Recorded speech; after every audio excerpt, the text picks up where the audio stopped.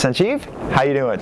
Fantastic, actually. It's we're closing out another great summer for Mike's Hard Lemonade Company, and so that's been really rewarding, I think. And a lot of the response to the campaigns and the stuff that we've been doing, and some of the ways that we're trying to reach consumers, seem to be paying off. So I'm feeling really bullish about our category and our brands for the coming years. That's awesome. Tell us about your role there to start. Sure. I'm Chief Marketing Officer for Mike's Hard Lemonade Company. We are the largest flavored malt beverage company in the country, and we are the 7th largest beer company in the country, which I think is an amazing little fact when you think about we sell more Mike's Hard Lemonade than Guinness in the country. Wow. Yeah. That's amazing.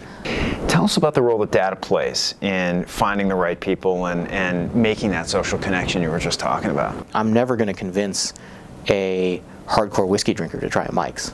And so for me, the ability to target around interests, around passions, around what they've done, search for, and what their behaviors are is important, because I want to find my high-value target.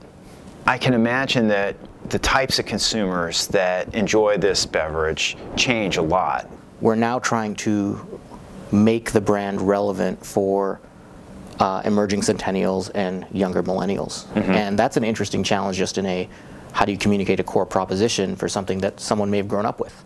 So the channels are always changing, and the techniques and the tactics are always changing.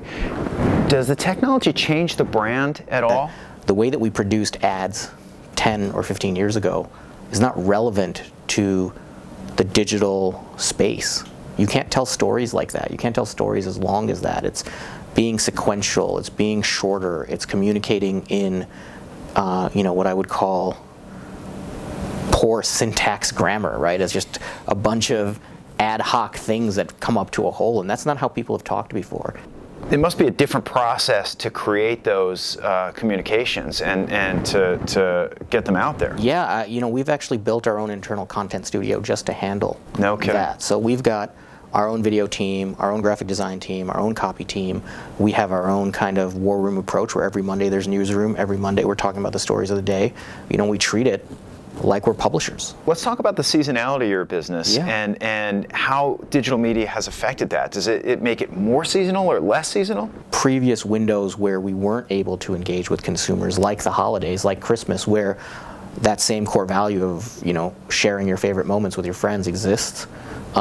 Digital's given us some creative ways to do things at scale that we wouldn't have been able to do without some of those channels and platforms available to us, because quite frankly we just can't afford a national cable buy around the holidays with any sort of meaningful reach or any sort of meaningful frequency. But this allows us to sort of target that core consumer in a way that we weren't able to before.